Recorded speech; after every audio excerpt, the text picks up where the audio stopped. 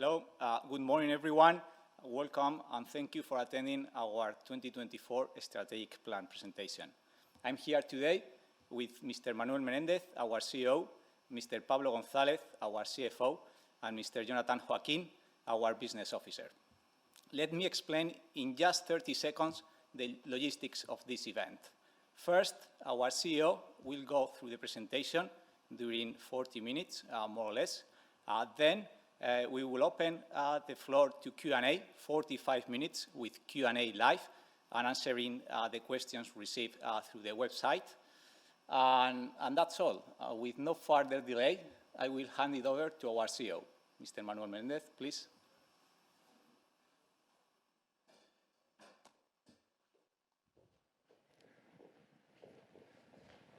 Thank you, Juan Pablo. Good morning, everyone, and thank you for taking the time to attend the presentation of our 2024 strategic plan. As you know, after the merger, we are now a larger retail bank with a strong leadership in some geographies and with the aim to increase our market share in other dynamic economies. We have a good track record in terms of cost reduction, low risk profile, capacity to generate capital, and a strong liquidity position, which is a very good business opportunity to put that liquidity we have to work. Going now to slide 4, this strategic plan is envisioned for us to focus on what we think we know to do well. We will focus on the different things that either one of the two merged banks used to do better and take it to the entire organization. From this starting point, we have identified 3 pillars that will guide us towards reaching our targets during the plan. First, accelerate commercial activity by higher specialization, mainly in mortgages, consumer lending, mutual funds, insurance, and payments. The second pillar is to keep improving efficiency through process engineering and automation, operational centralization, and continual evolution of the branch network, while promoting digital channels and increasing remote sales force to 500 employees. The third pillar, advanced risk management, will support the commercial growth through streamlining credit management, scaling current digital and remote capacity, and improving the effectiveness of the pre-approved models. Another 2 important elements are on the basis of the strategic plan: digital banking as an enabler to execute the mentioned strategic pillars, and sustainability as the driver of our commitment with society. In the annex of the presentation, you can find more information about this basis of the plan. On slide 5, this is a page where we show the macro scenario that we have considered to elaborate the business plan associated with our strategic plan. You can see we have been very conservative with interest rates and kept the Euribor 12 months curve flat until 2024. The metrics on GDP growth and unemployment rate are in line with most recent research publications. You can see on the right that we expect some lending growth both on corporates and households, supported by the recovery of the economic activity. Going now to slide 6, main financial targets. With the execution of the strategic pillars and the above mentioned macro scenario, we have quantified the main financial targets of the plan. On profitability, we expect to reach a return on tangible equity above 8% adjusted to a CET1 fully loaded ratio of 12.5%. The way we envision getting there is doing things that mostly depend on us. First, generating more fee income thanks to a higher penetration with our existing customers, reducing costs, as we have been doing in the past, and normalizing the cost of risk for the entire period to around 25 basis points on average. On the balance sheet, we will focus on growing the performing loan book, where we expect 500 yearly growth, with residential mortgages as the main engine of that growth. I would like to highlight here that we were able to achieve a high growth in the last 3 years in a deleveraging economy. We also want to keep growing on our mutual funds business. You can see we expect a 14% yearly growth rate. This may sound ambitious, but it is something that we have made in the past over the last 3 years. We have the internal knowledge and the customer base to achieve this target. Finally, we will keep accelerating the reduction of NPAs, and our target is to be below 5% by 2023 and below 4% by 2024. These targets are ambitious, but prudent at the same time. We will comment later more in detail, but let me highlight now that we are applying a flat curve. We do not expect TLTRO to renew. We are including more than 30 million euros regulatory cost in 2024 related to the resolution funds contribution that will disappear. And we are cautious in our insurance business assumptions until we close the reorganization of this business with our partners. All in all, we are confident we can achieve these targets under current market conditions. On the right-hand side of the page, you can see our capital targets. We expect to generate 1.5 billion euros on capital in this period. Our tangible book value per share, including dividends, would grow by 6% annually without taking into consideration any share buybacks.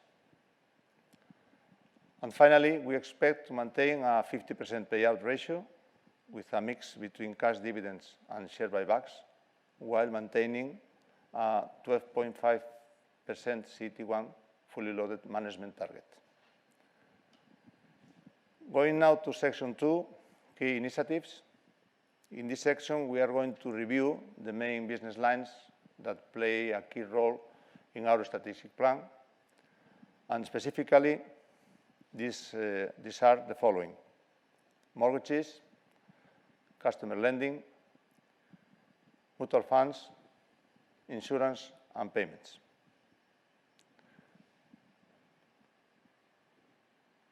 Starting with residential mortgages,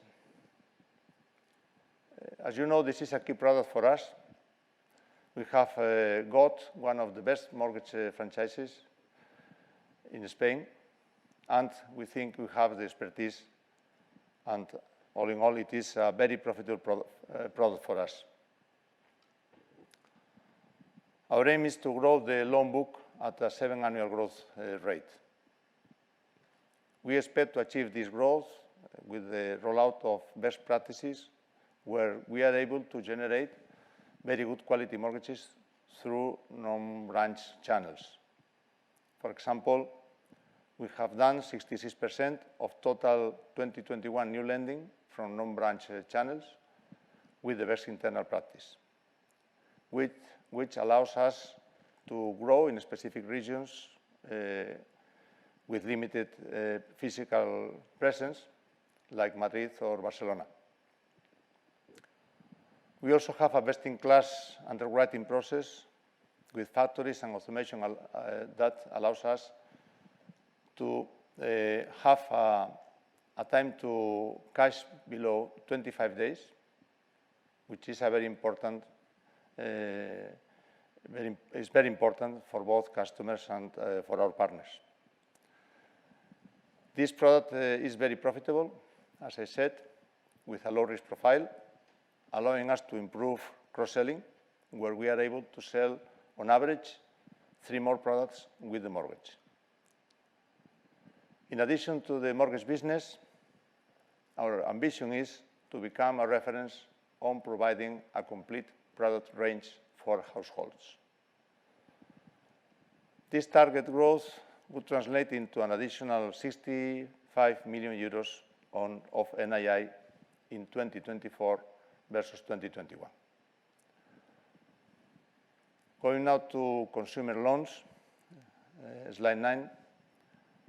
Consumer lending is a business where we think we have a relevant market share gap.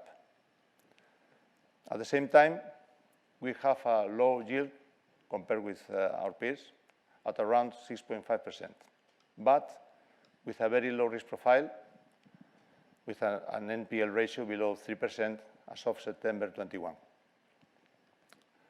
We will focus on increasing this book with existing customers, and our ambition is to grow the book by around 50% in the next 3 years. We have identified 2 internal levers that will help us achieve this growth.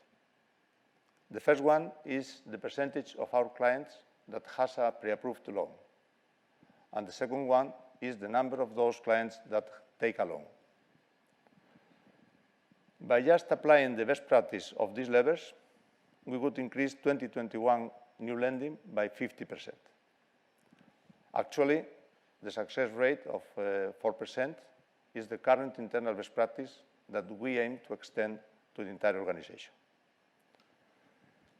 In order to increase the number of clients with a pre-approved loan, we will use installed capacity, and we will also leverage on the third pillar of the plan by continuously improving our pre-approved models and extending them to a large client base.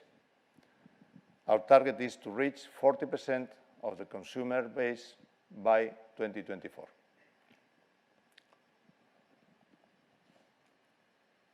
This growth target would translate into an additional 45 million euros of NII in 2024.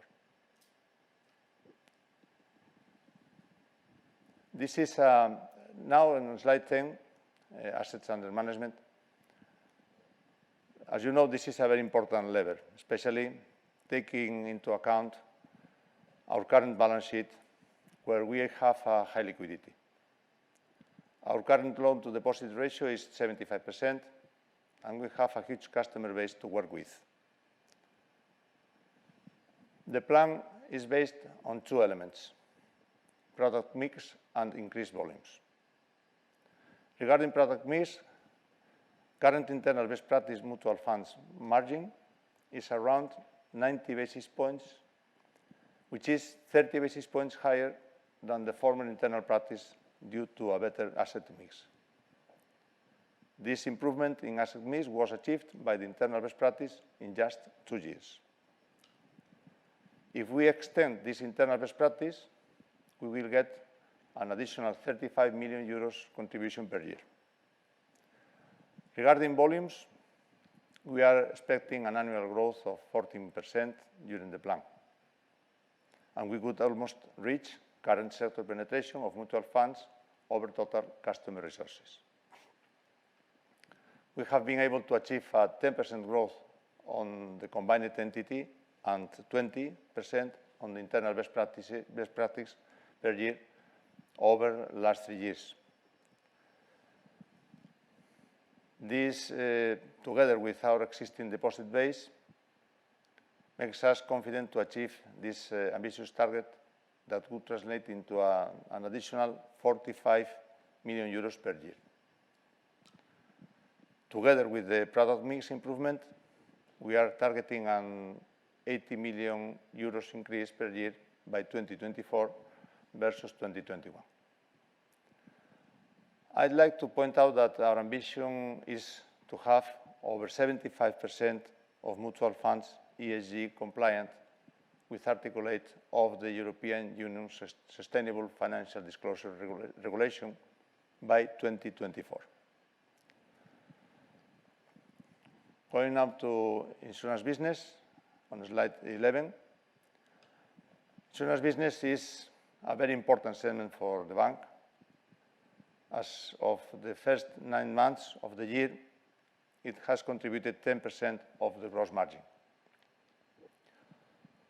On non-life insurance, both Liberbank and Unicaja have their own agreement with Caser, but there is no need to negotiate a new contract in the short term. On life insurance, as you know, we have 3 agreements with Aegon, Mapfre, and Santa Lucía, which we are now renegotiating. We have not included any potential upside in our forecast for this plan, but we aim to increase our recurrent profitability in this business. We expect to grow in both life and non-life insurance premiums to around 10% over the next 3 years.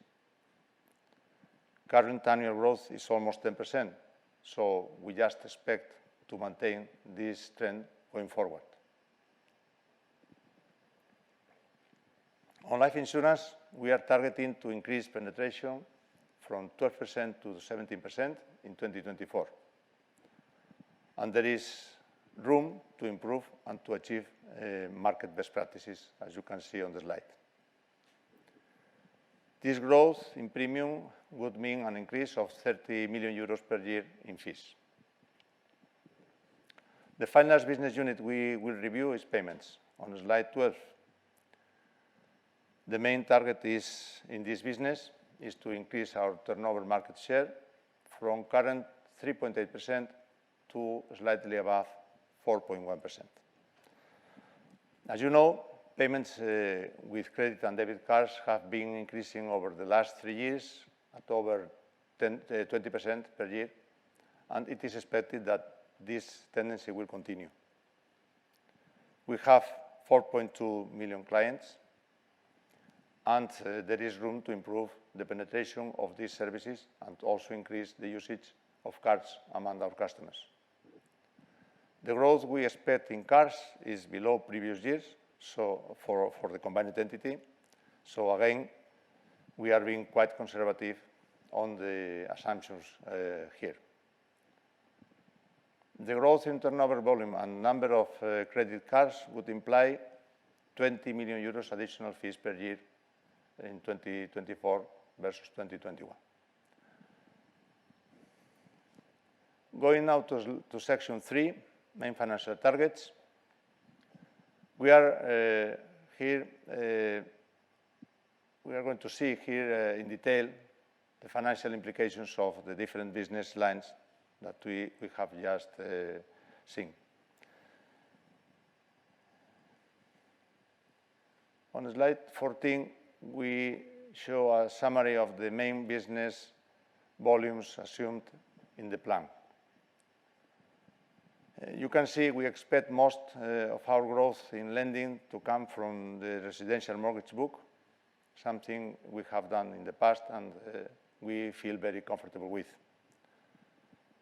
On the business lending, we expect minor growth for the plan, as we are expecting to work mainly with our existing customer base.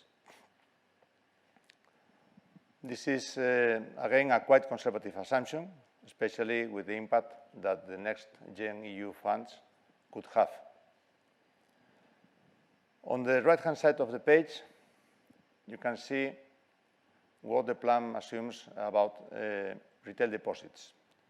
And you can see that retail deposits are going to continue growing on the back of new customer acquisition and increasing loyalty of the customers and savings from existing customers. As a summary, we are going to put our excess liquidity to work, using it to grow the lending book and to increase our mutual funds penetration. Our target loan-to-deposit ratio for 2024 is 85%, which is still quite conservative, and it gives us a lot of flexibility to work with our existing customer base. Slide 15, NII. On net interest income, we expect a slight decrease. We expect a slight decrease over the period, as we have assumed interest rates to stay flat over this time horizon. In summary, we expect the retail lending growth, together with a better management of institutional deposits and a lower wholesale funding costs, to almost offset the lower contribution of disappearing TLTRO and a lower impact from the ALCO portfolio, as we have some maturities over this time period in this portfolio. The decrease from the ALCO portfolio will be almost fully visible in the last quarter of 2021, as we expect contribution to remain flattish from that point. Regarding the retail lending, the main contribution comes from mortgages and consumption lending.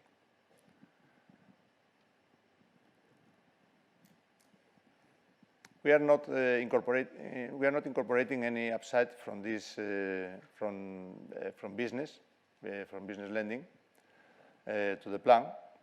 However, we will keep working with our existing customers in our regions, and we believe we are in a position to offer more specialized advice and products. So our aim is to improve the profitability of this business, but as I said, we are not including this positive impact that we expect in the figures of this plan.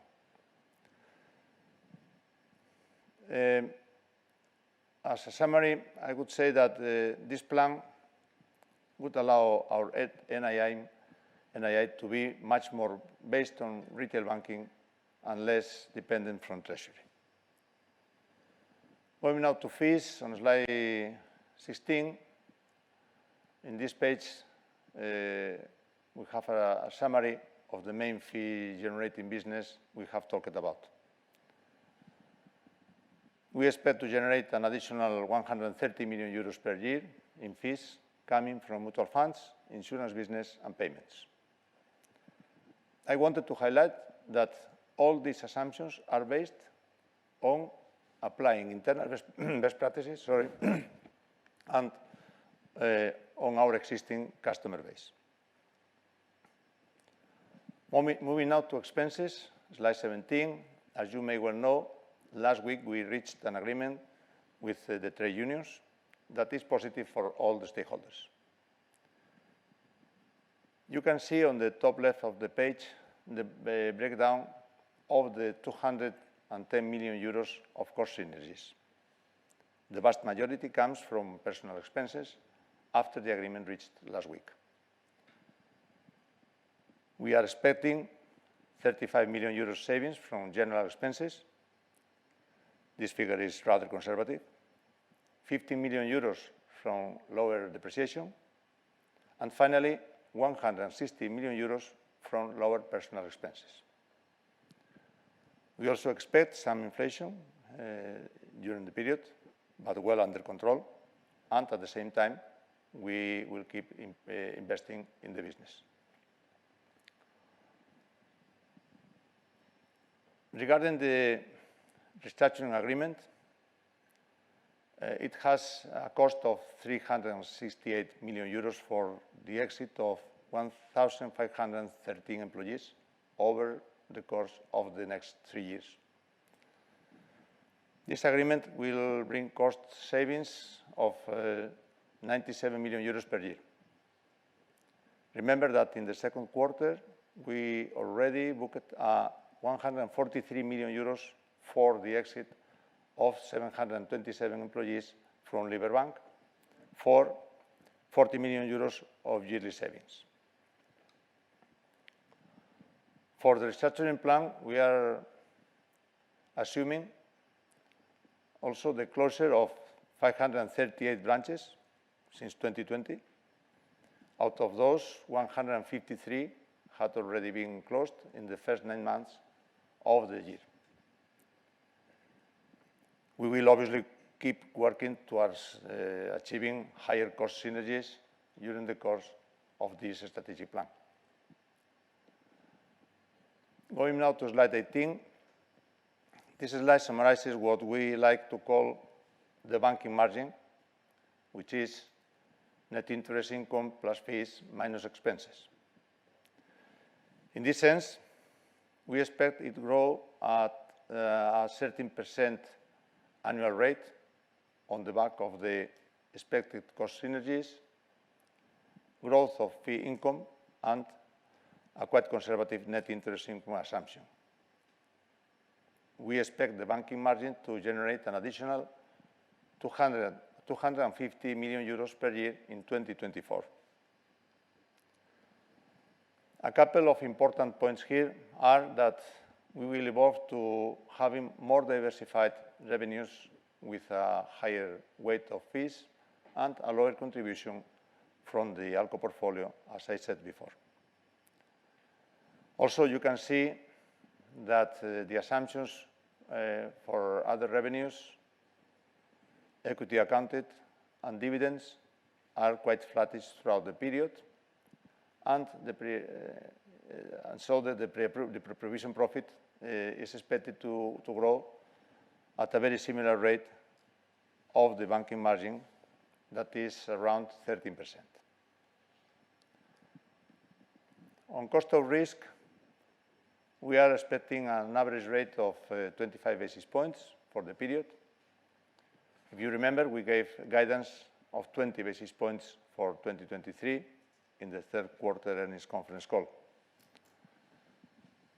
This is, as you can see on the slide, above pre-pandemic levels for the combined entity, and it is backed by our loan book, low risk profile, and a high starting point on coverage ratios for NPAs and stage 2 loans.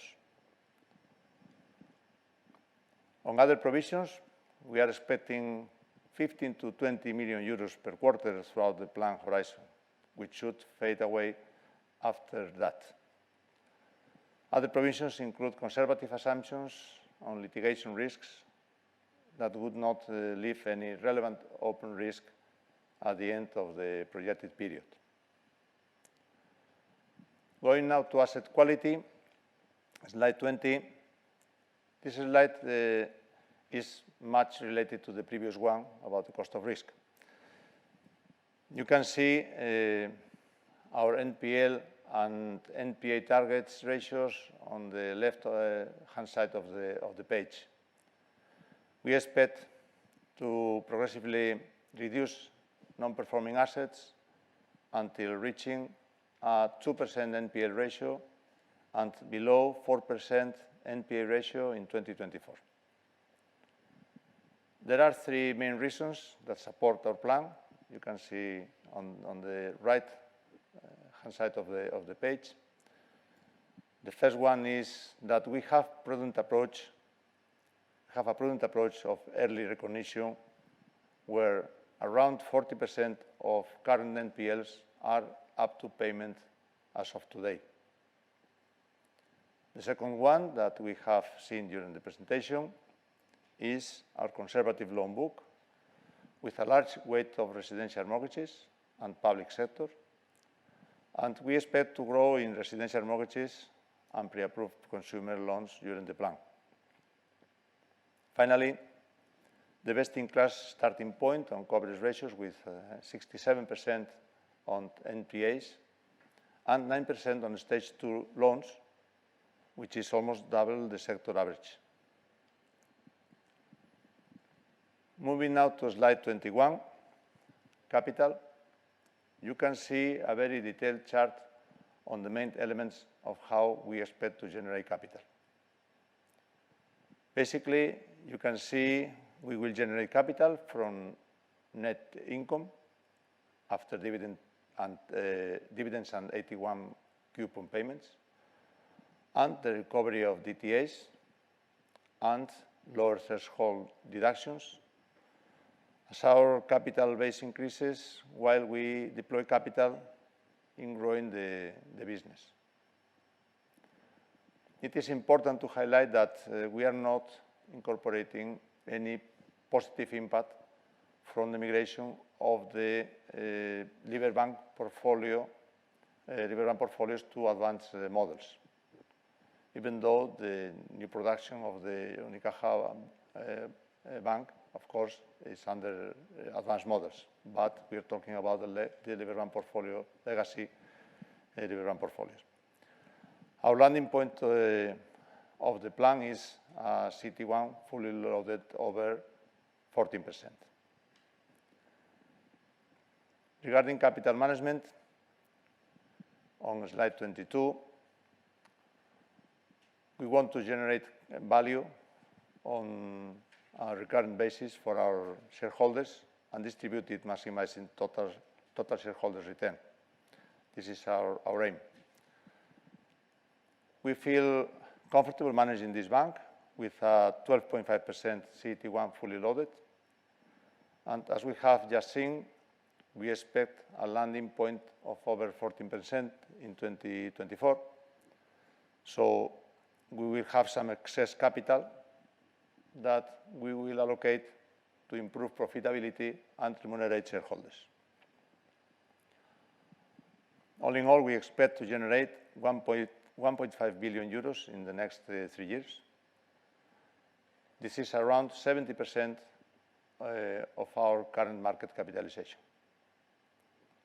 Finally, we expect our tangible book value per share to grow 6% per year, assuming a 50% dividend payout and no share buybacks in the calculation.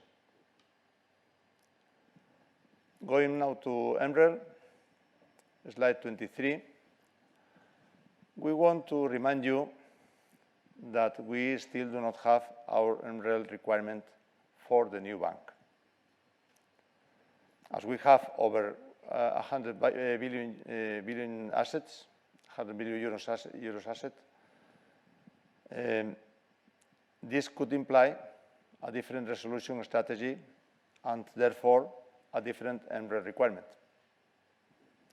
Having said this, we assume senior issuances of 2.4 billion euros by 2024, and we would be sitting on a comfortable MREL position, taking into consideration the potential increased requirement. Before going to the next slide, I would like to remind you our 2 issuances this last month of 500 million euros inaugural AT1 below 5% coupon rate and 600 million euros of senior preferred at a 1% coupon rate. Finally, our ambition is for the next senior issuance to be ESG compliant. Slide 24, here is how this plan translates into profitability. I am not going through all the details, but you can see we expect to get a return on tangible equity of over 7.5%. This would be over 8%, assuming a CET1 fully loaded of 12.5%. This ambition is backed by all the levers we have discussed in the presentation, mainly improved fees, cost synergies, and normalization of cost of risk. Section 4, closing remarks. I wanted to make a quick recap before going to the Q&A. As you can see, our 3 main pillars of accelerating commercial activity by a deeper specialization, improving our efficiency, while developing advanced risk management capabilities, will translate into an acceleration of the business, mainly performing loans and mutual funds. We will grow the business while we keep improving our efficiency, achieving a cost-to-income ratio below 50% by 2024. This will allow, together with the business growth, our banking margin to grow at a 13% annual rate. This growth, plus a reduction of NPAs and a normalized cost of risk of 20 basis points for the period, will translate into a return on tangible equity of over 8% in 2024, a capital generation in the period of 1.5 billion euros, and an annual growth rate of the tangible book value per share of 6%, assuming all dividends are cash payments.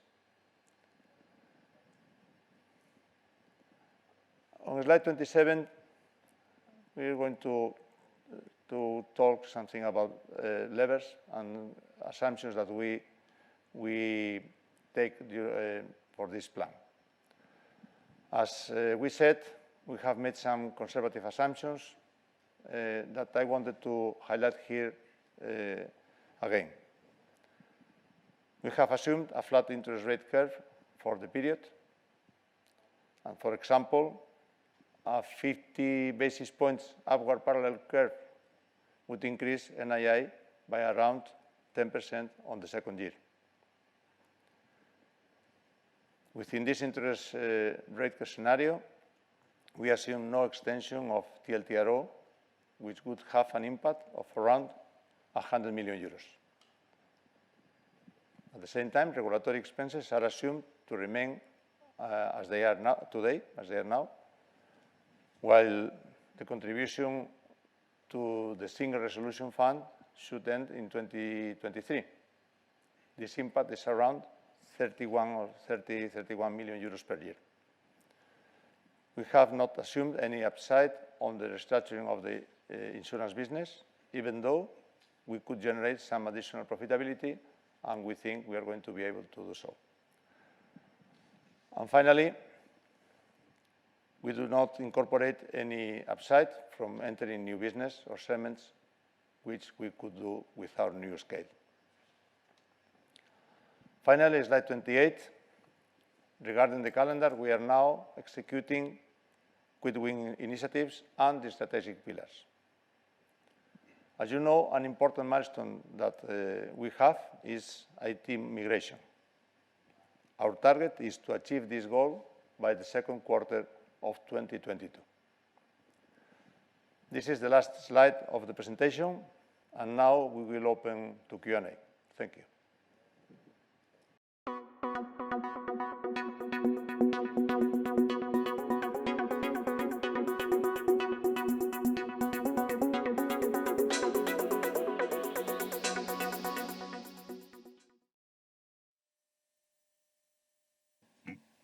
Thank you very much, Manuel, for the presentation.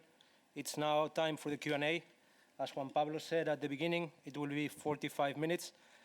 So please, we ask you to keep it just to 2 questions so we can get as many as you as possible through the Q&A.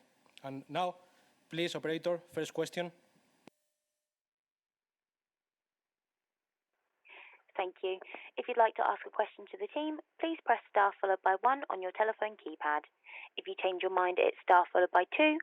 And when preparing to ask your question, please ensure your device is unmuted locally. Our first question today comes from Alfredo Alonso of Deutsche Bank. Your line is open. Hello. Good morning, gentlemen. Thanks for taking my questions. I would like to ask you on your credit growth targets, especially mortgages. At first sight, it could look quite aggressive. It's clear that you've been able to keep a strong generation in the past in some regions, but the growth target seems to assume that you could be able also to accelerate generation in some other regions, which have a small average size of the loans and potentially look more difficult to grow. Could you give us some color on how you can manage to offset these difficulties? And furthermore, are you assuming that that growth could bring a deterioration on yields to reach that growth? And my second question would be on on the restructuring process. With the 210 million cost synergies targeted, you could finally believe that restructuring costs could exceed the amount that you already announced, and moreover, seeing that the excess capital that you have right now in your targets, could we expect that part of that excess capital could be used for further streamlining? Thanks a lot.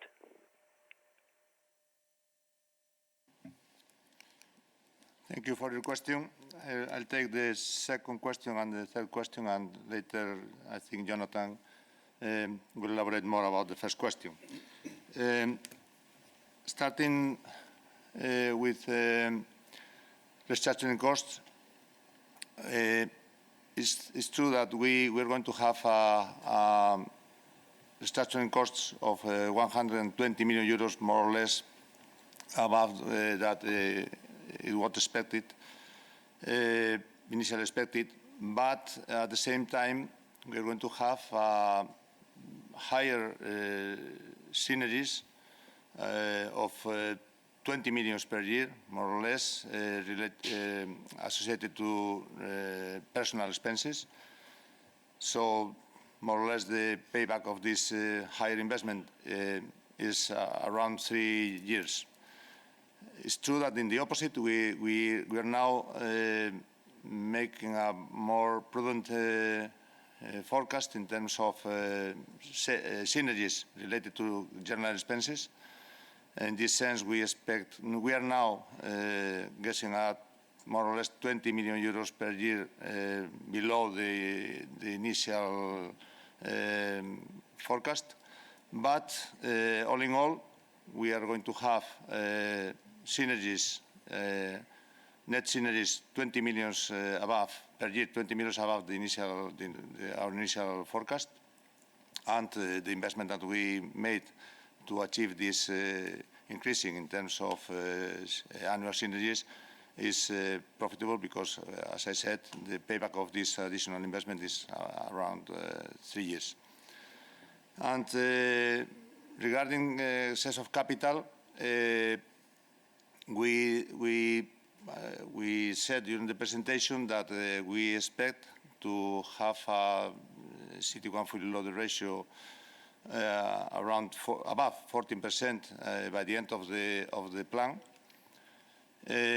This is after having planned an important increase in important growth, as you said, in our performing portfolio, loan portfolio, and also after having a remuneration of shareholders of 50% of our net income. And we haven't made any decision about what we are going to do with this excess of capital, but we have two alternatives. One is, of course, to invest, trying to improve our business, continue improving our business, and at the same time improve the remuneration of our shareholders. Both of them are going to be considered for us, and what is clear is that as we are trying to show after the merger, our intention is to continue using our capital to work and to improve the profitability, and at the end of the day to improve the remuneration of our shareholders, which is our most important aim in terms of investment. And now I pass the floor to Jonathan, who is going to elaborate more about the first question. Okay, thank you very much. Well, try to elaborate more in terms of mortgages. Well, actually, we see a clear potential upside here, mainly for two reasons. Firstly, a larger bank means enhanced scale capability. Our mortgage book is doubling after the integration, and we gain more capabilities for investing in key drivers for this business, like, advertising to get a higher brand recognition, increased commercial managers fully dedicated for this business, or more competitive, fully digital platform to underwriting mortgages, which includes remote managers to support end-to-end process and improve the customer journey at the same time, and more internal capacity to design a new product like bundle mortgages, including non-financial products aimed at covering, household needs, right? So many things due to the scale. But to sum up, now with some capabilities that we didn't have previously, and we believe will support this target well. And secondly, well, as you know, we have a relevant room in some markets where we have a good number of branches, but we have a market share well below our target now. In addition, some specific markets are showing a good perspective. For instance, in Malaga, where we have now 17% market share in the new production, and our target is around 25%. Seville, with 2 million population, and the market is mainly first residents, and with a barely 7% market share, and our target is doubling. So moreover, there are more markets like Barcelona, which current market share is around to 5-6%, or Valencia is around 3% market share. So we have a clear room to grow through digital platform to reach a similar market share, for instance, like Madrid, right, where the current market share is around to 10% in new production. And finally, I would like to point out something that Manuel said previously in presentation. Residential mortgages is our core business. And we got one of the best franchises in Spain, so we are confident, pretty confident with this target.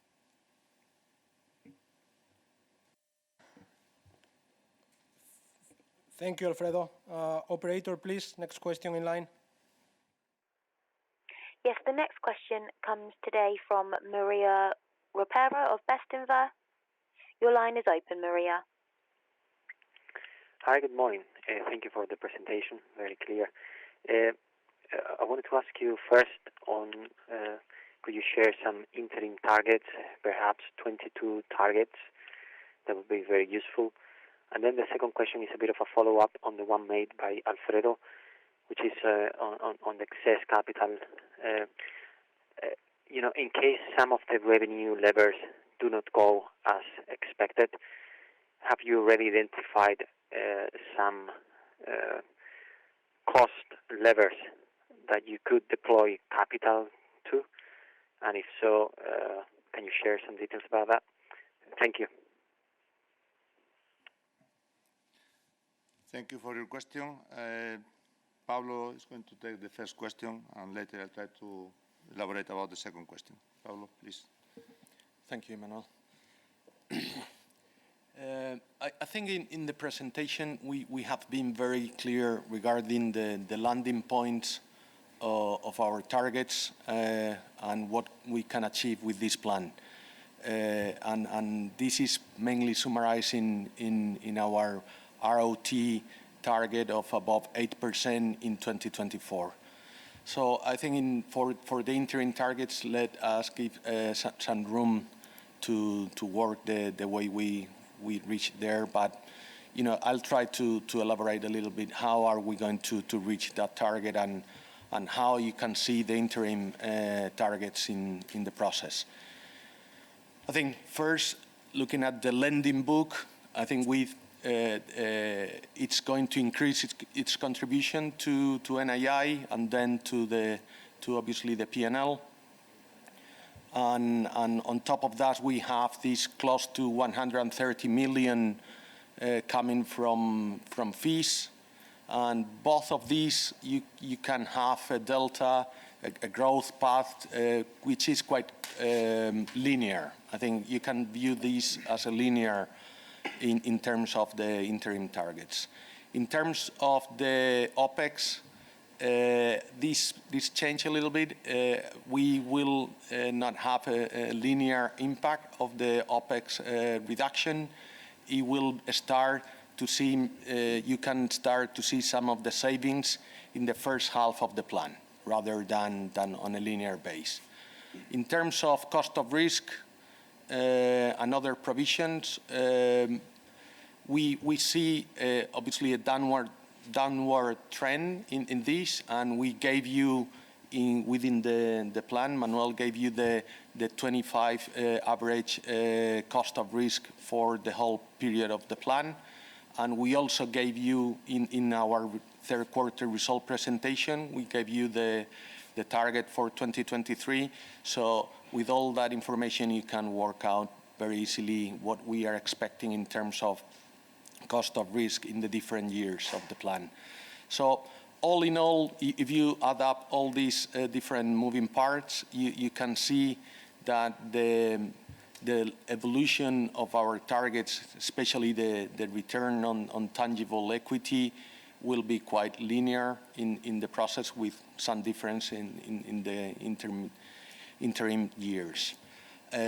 I think I also want to stress that this plan has been done with a flat interest rate curve. And this is not because we think interest rate is going to be flat for the period. I think the main point of having a flat curve is to give you all the information and the focus of the management on how we can improve our profitability without considering the evolution of the interest rate. So I think that the focus is not because we think rates are going to be flat. Actually, if you look at the implied curve now, it's significantly above the -50 that we have now. So we consider this another really important driver of our profitability in the future, but I think that the point is clear. The idea is to focus on what we can do to improve profitability and not what depends on market condition.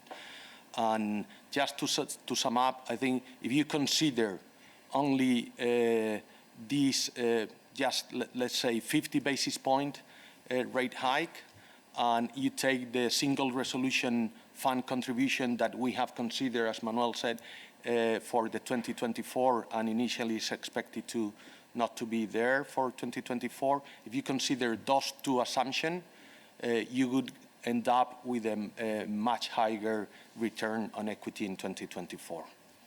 So I think that's answered the question. Thank you, Pablo. Regarding the excess of capital, again, I would like to highlight that our aim is to improve the profitability, the return and the remuneration of our shareholders, the value that we want to add to our shareholders. And in this sense, we are going to use the capital following a prudent approach. You can see in our plan that we are thinking on a low risk portfolio, and the capital is going to be used thinking on the improvement of the capital of the shareholder remuneration. In this sense, we don't have now haven't made any decision about that, but this is the main idea, and I just try to highlight this. Thank you. Thank you, Mario. Operator, next question, please. Of course, the next question today comes from Carlos Cobo of Societe Generale. Your line is open, Carlos. Hello. Good morning, and thank you for all the granularity in the presentations. It's very much appreciated, the effort. My two questions will be on volumes and capital. I'm just curious about the target and the focus on mortgages. Obviously, it's been your strength in the past, but you know, we are now seeing that the pricing advantage that Liberbank and also Unicaja had in the past has been matched by peers. Or competitors are now way more aggressive on pricing. So, do you think that you could have lost that edge? And at the same time, you know, the next generation funds are one of the biggest opportunities that we have in a long time. I'm curious why you are not targeting a more aggressive expansion in corporates and you focus only in mortgages where price competition could be an issue. So I'm just curious about that strategy. And the second one is on deferred tax assets. You are targeting to generate 90 basis points of capital from the absorption of DTAs.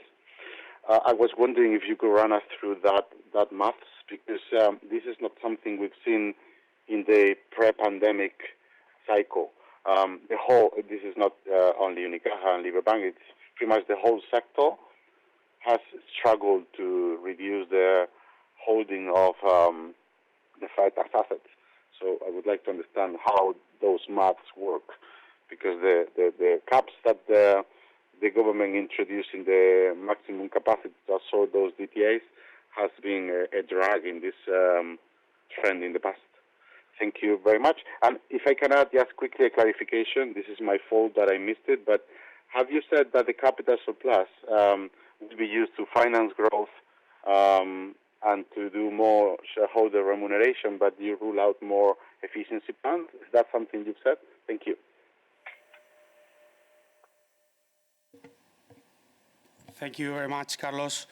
Well, in terms of the pricing, we expect to remain with the same strong competition in Spain, in spite of the number of entities are reducing clearly in the last year.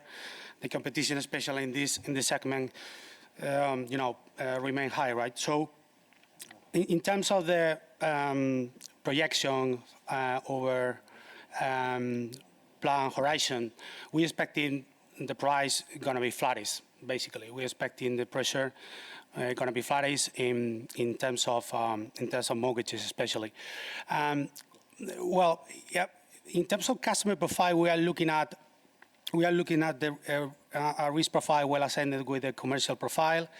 So we are competing strong especially in affluent clients, because at the end of the day, it's more profitable than in other segments in terms of commercial activity.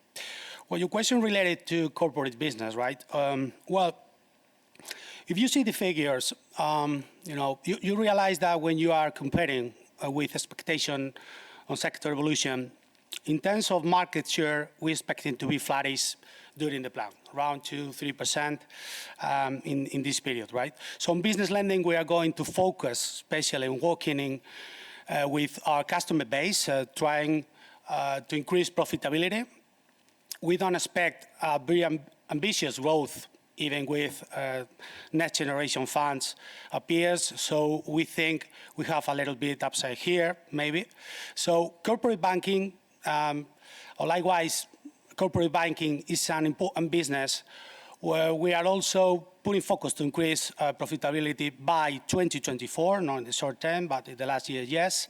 But we are in an early stage here, and we consider this more a lever, because basically, as part, our plan is based on developing our current capabilities mainly, right? So to sum up, we plan to improve profitability through higher cross-selling in higher yields, especially once the TLTROs be over or are over. Having said, we believe this will take more time, and we are conservative, and we are sure the performance of this business in terms of profitability will be better. But we are showing here, but we prefer to, again, to be conservative in these segments and focus on delivery of, the main business line we explained previously.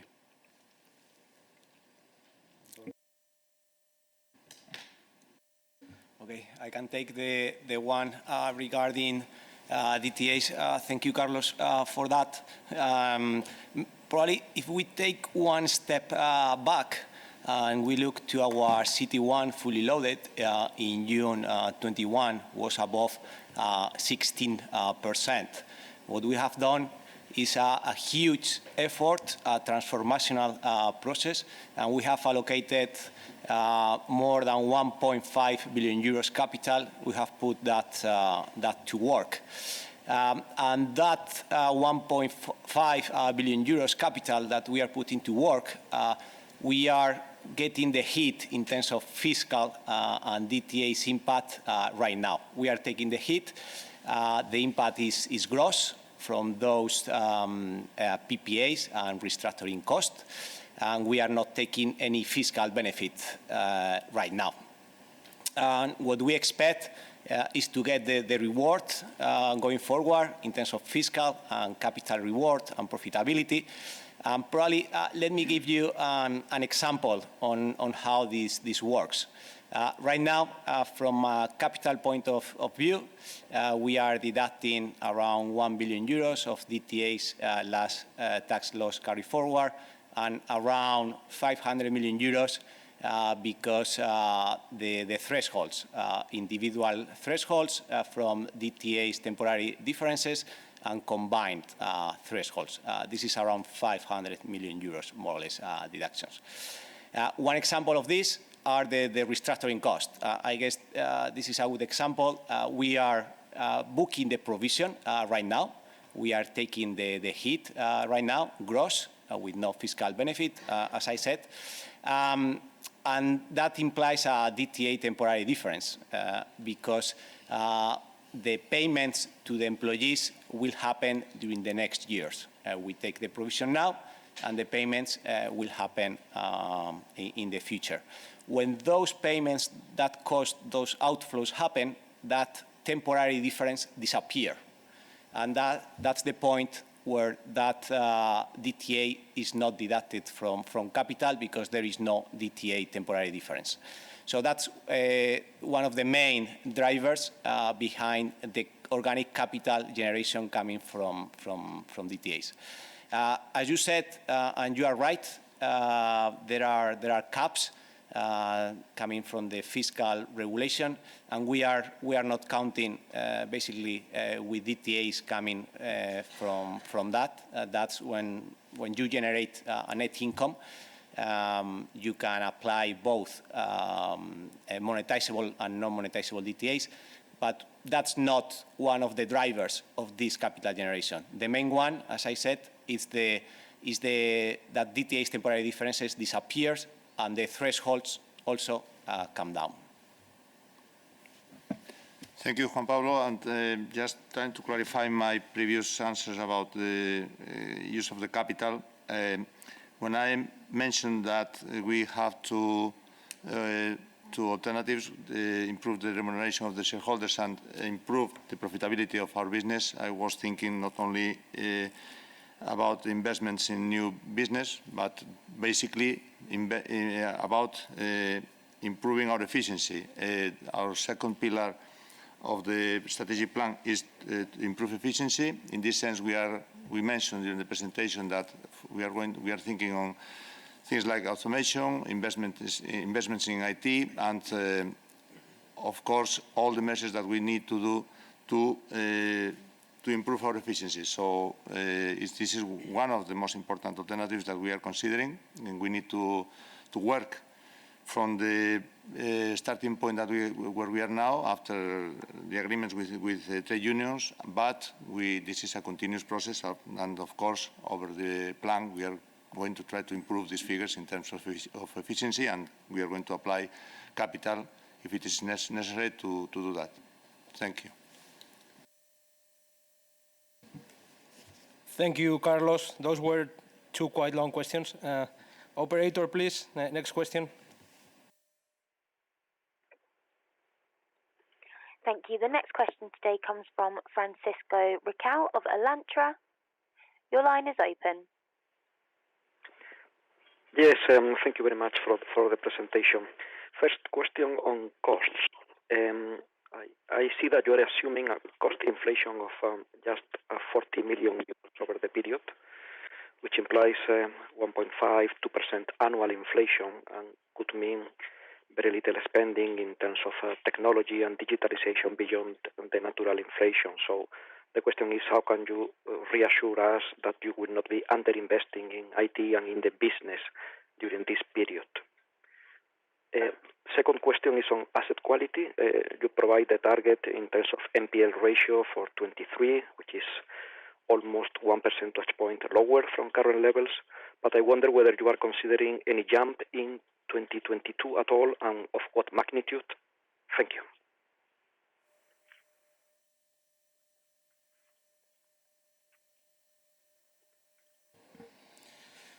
Thank you, Paco.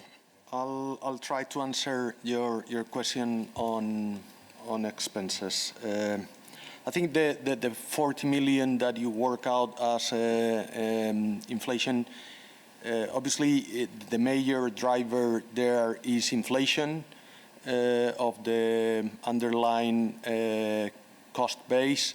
But on top of that, we have also some depreciation on IT investments that we will do through the process. But as you know, the IT investment has a lag in terms of going through the P&L. But on top of that, you have to consider that in the bridge that we presented in the expenses in page 17 of the presentation, we took some OPEX reduction, the general expenses, but on top of that, we have ongoing, initiatives to improve our cost base. And this 40 million is a net figure of those ongoing initiatives to reduce cost, plus the inflation and plus the IT investments. So we are confident with our IT investment and the development of our platform, and we're confident that we can deliver on the overall cost while maintaining a sound and prudent investment in IT to fulfill the customer experience of our customers. I think the second, do you take that, Juan Pablo? Yeah, I can take that one. Thank you, Pablo. Thank you, Paco. Regarding our expectations regarding NPLs, probably let me take again one step back, and probably the asset quality performed better than expected during 2021. In our case, NPL ratio came down from 3.7 to 3.4%. We increased coverage ratio up to 72%, best in class right now. And we also take a prudent approach in terms of anticipating NPLs. Right now, 40% of our NPLs are subjective NPLs. So this is the starting point. And going forward, what we see in our projections is that we expect at some point, as we have been expecting for some time, some increase of NPLs. We expect that peak in mid next year, mid 2022. And from there, we expect a reduction in terms of NPLs stock and NPL ratio to get to the targets that we just saw and to the 2% NPL ratio by 2024.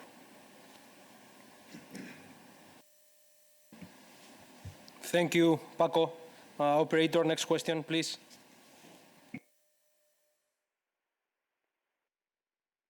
Of course. The next question today comes from Ignacio Ularrugui of BNP Paribas. Your line is open. Thanks very much. Thanks for taking my questions. Thanks for the presentation. This is Nacho Ularrugui from Exane. Just two things to flag on, two questions on one on asset management, on your 14% CAGR on volume. I mean, what is your past experience in terms of clients' behavior when there is a bit of a setback in equity markets, and how sensitive your assets under management are to equity markets in general? Second question is on capital, whether you have any kind of guidance or expectation on Basel IV impacts in that 14% or above 14% CET1 ratio in 2024. Thank you.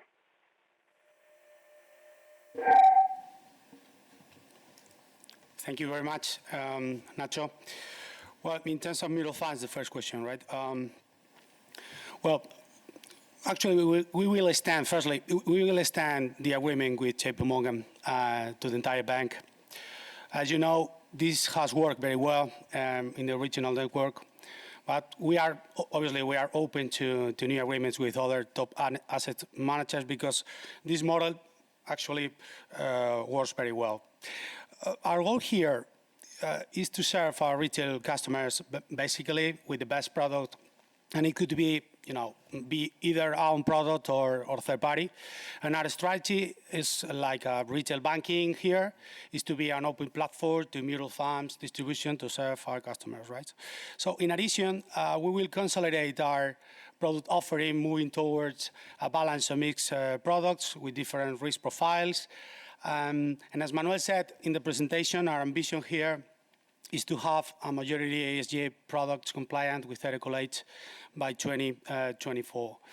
Moreover, it's more tactically, right? So we've launched a strong training program supported by JP Morgan across all the branches to enhancing skills in our relationship managers and boosting long-term saving culture across the entire entity.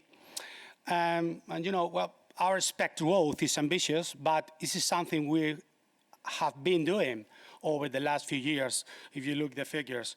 So in terms of the figures, I like to point out something quite relevant, that 19%, the net inflows, all the growth, right? 19% of net inflows in mutual funds in our projections, in the plan horizon, is coming from existing customer deposits. And now we have above 60 billions in individuals. So it's something quite relevant in terms of when you're comparing with other peers.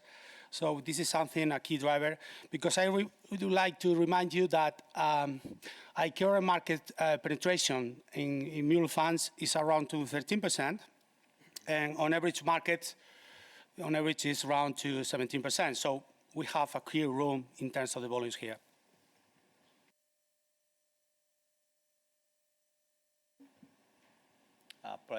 Can I take I will take the second question. Yes, please. Okay, thank you, Nacho. Regarding the Basel III, Basel IV impact, right here the quick answer is that no, we do not expect impact. There are still some question marks as the valuation of the collaterals in the mortgages, for instance.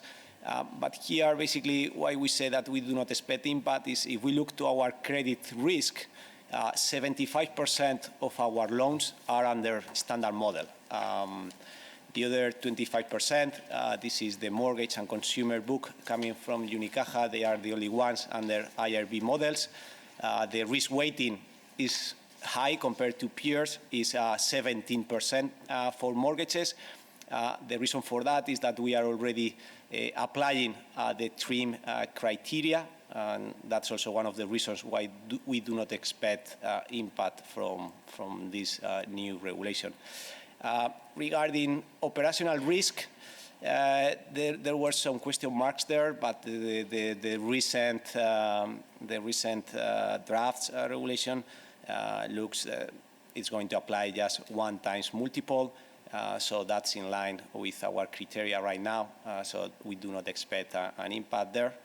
And as we have said during the presentation, we expect tailwinds coming from this, from our migration to IRB models, but not impact.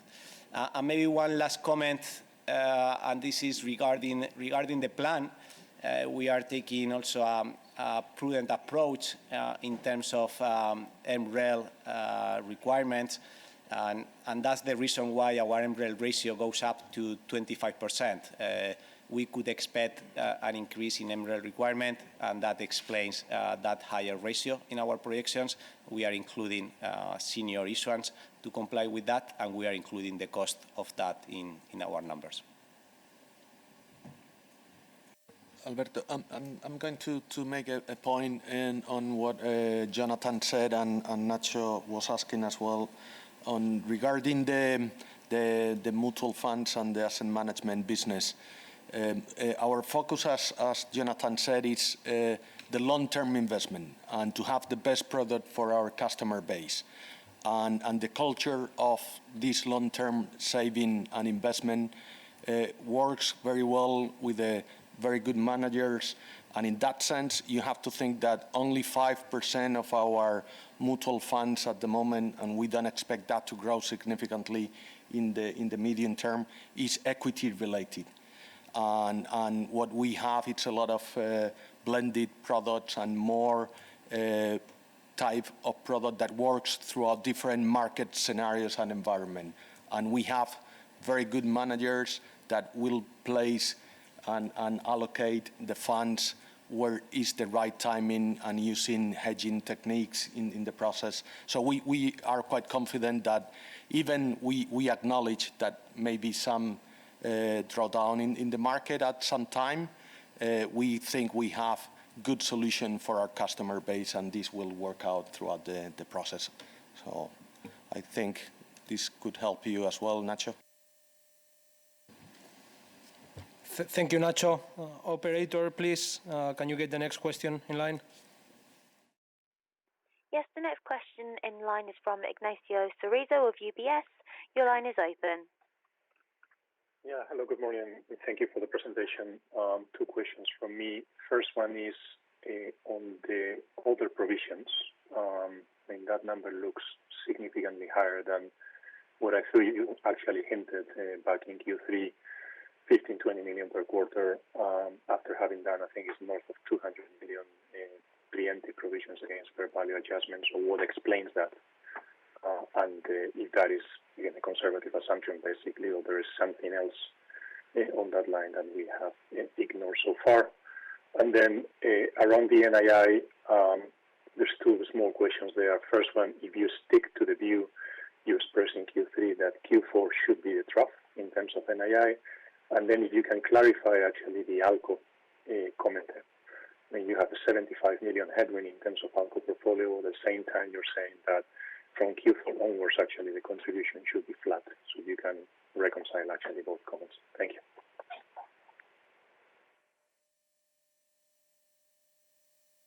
Okay, I can take, thank you, Nacho. I can take the first one regarding other provisions. As we saw during the presentation, we expect between 15 to 20 million euros per quarter and a downward trend on those provisions. There is nothing new. As you know, we do not have any risk to multi-currency or revolving, so nothing really new. This is coming from a conservative assumption on the mortgage floors and mortgage expenses claims. We want to close this issue during the plan horizon, and that's the only reason. I'll take the NII. Yes, Nacho, we hinted that the Q4 was probably going to be the bottom on NII, the floor for the period, and from that onward, we expect start to gradually improve the NII. Thank you mainly to the drivers that has been commented in this presentation. I think why we think the fourth quarter is going to be the bottom, I think that the major driver of this is the excess liquidity after selling a big part of our fixed income portfolio. At the end of the third quarter, we have an excess liquidity, and we have started to tackling this issue, having started already to communicate to our institutional customers that we are going to charge negative rates to their deposits. I think that the only problem, these won't be visible in the fourth quarter because we have to respect some notice period for these to be applied to our customers. So it will be more something that will start to be seen at the beginning of the next year. And on top of that, we also have the Euribor repricing that probably is finished in the fourth quarter, still slightly negative, but from that onwards, we don't expect any impact from Euribor repricing. On the contrary, we expect some positive, maybe more quarters down the line, but obviously not negative impact any longer from Euribor repricing. On the second part regarding the NII, you mentioned our ALCO strategy, and in that sense, one of the targets of the plan is to have a more sustainable NII and less dependent on the ALCO contribution. So within our plan, we are going to switch part of our excess liquidity and structural liquidity from the ALCO portfolio to the loan book, and also to reduce our deposit base through off-balance sheet product growth rather than on-balance sheet deposit growth. And how this ALCO portfolio will evolve, I think at the beginning of the period, probably next year, we will probably increase the excess, with the excess liquidity, we will increase our ALCO portfolio. But during the period, we have 3.8 billion of maturities in our ALCO portfolio with an average yield of around 0.6%. And this obviously will have an impact on reducing the contribution in the later part of the plan. So for what we said in the numbers, you have a reduction in the securities contribution, and this comes from this, the larger portfolio that we have in 2021, especially in the first 9 months, and then the rebuild of part of that portfolio next year, and then reducing in the second part of the plan. And at the end, net, it's obviously this will depend on market condition, the liquidity evolution, the commercial gap, how it evolves, and we will have some variance at the end of the period. We can improve the numbers that we have in our plan.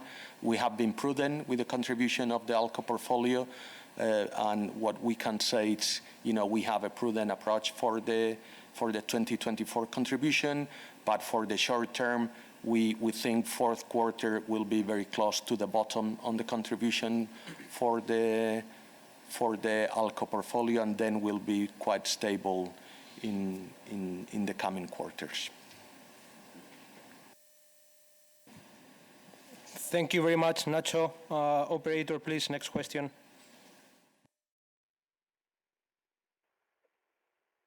Thank you. The next question today comes from Fernando Gil of Barclays.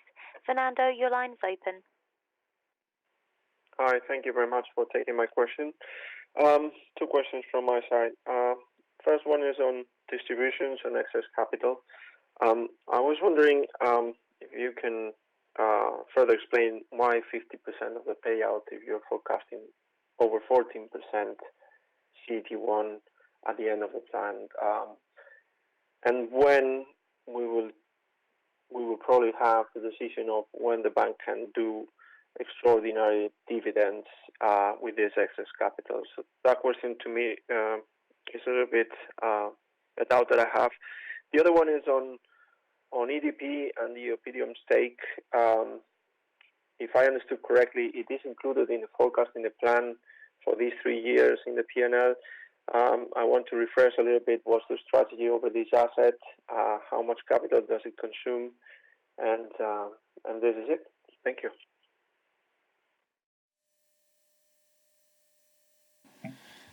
Thank you for your question. I'll take the first question, and Pablo is going to take the second question.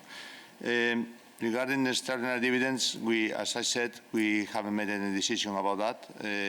We are going to consider this alternative, this possibility, if we are in the situation that this is the best option for our shareholders. It's an option. We could consider also pay dividends in cash or go to buyback shares. Sorry, but these are alternatives that we haven't made any decision about them. I don't have more information about the excess of capital and how we're going to apply this excess of capital.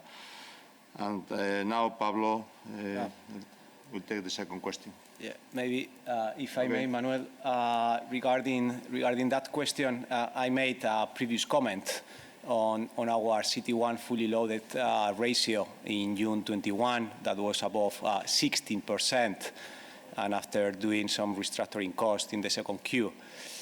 I guess we have proved that we want to put the capital to work. That 12.5% is our CET1 fully loaded target. That we are already comfortable with that target for a retail bank with most of the lending book under standard models.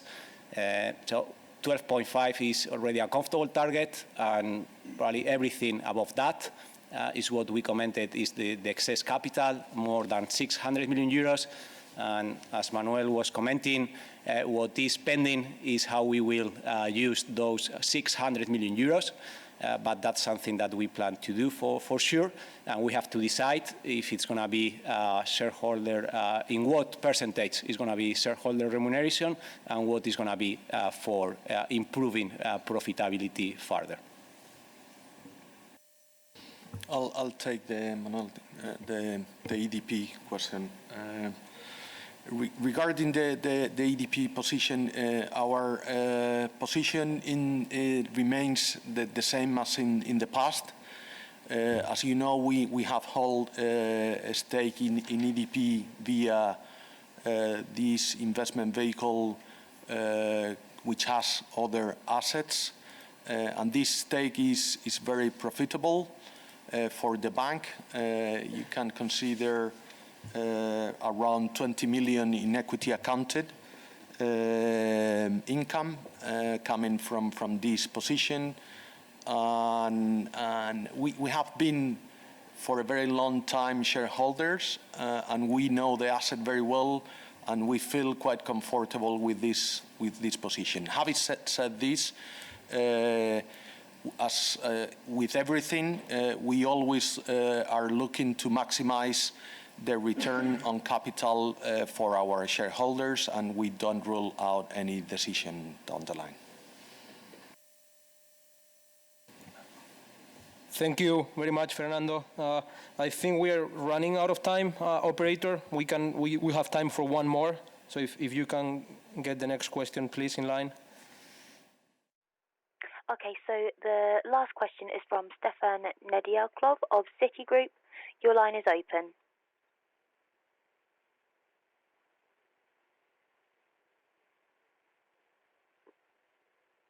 Hello, your line is open.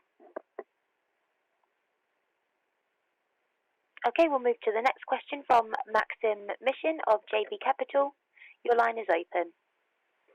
Hi, good morning. Thanks for the presentation. I'll be really quick. I have one question on shareholder remuneration. You mentioned that the 50% payout will be dividends and buybacks, and I just wanted to know how you will decide which one is better And then on the interest rate sensitivity, thank you for providing guidance for an increase in rates, but could you also provide guidance for a 50 basis point decrease? And also, what share of your loan book is currently at variable rates and where you see it in 2024? Thank you.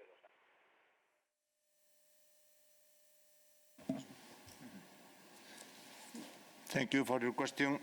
Again, regarding dividend policy, shareholder remuneration, excess of capital, we think that, as Juan Pablo said, and I'll try to explain, we are going to make decisions taking into consideration the information that we will have at the proper time. It's very difficult to say now what we are going to do in the future, but our aim is to apply the capital and taking the best option for our shareholders. Our commitment is to have maintain our 50% dividend payout. We are going to consider as an option potential buybacks. And in this sense, I have to say that at the current valuations, share buybacks look attractive, of course. And and in addition, this is something that we did in the past, both Unicaja and Liberbank. So this is not new for us.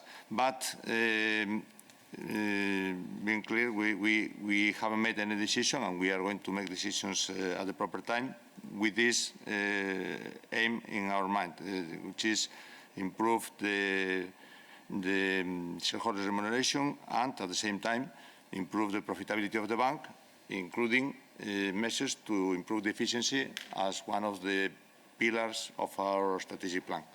And now I pass the room to Pablo to continue with the second question. Thank you, Manuel. Max, I'm going to go through the interest rate sensitivity of the bank. As Manuel discussed in the presentation, and you mentioned, we are assuming a flat curve for the entire plan, and as I said before, this is not because we think this is the most likely scenario for the rates in the coming quarters and years, but because we want to focus you on what we can do to deliver an improvement in profitability.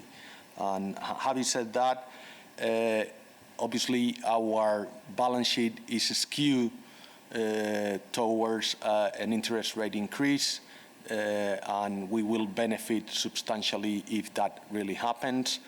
And as we outlined it in the presentation, the impact of a 50 basis point increase in interest rate will be around 10% of our NII. This is considering a static balance sheet and an instantaneous and throughout the curve increase of 50 basis points, which is a standard way of measuring NII sensibility to interest rate.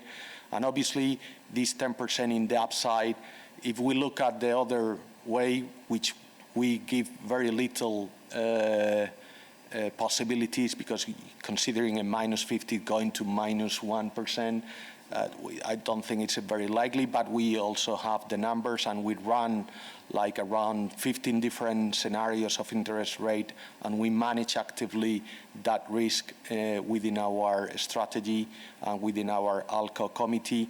But just to give you some color, that unlikely a scenario will have an impact similar to the 10%, slightly lower, around 9%, but that obviously will be a negative impact in NII. And I think that's the answer. Thank you, Pablo. Our time is up for today. Thank you very much for joining us here.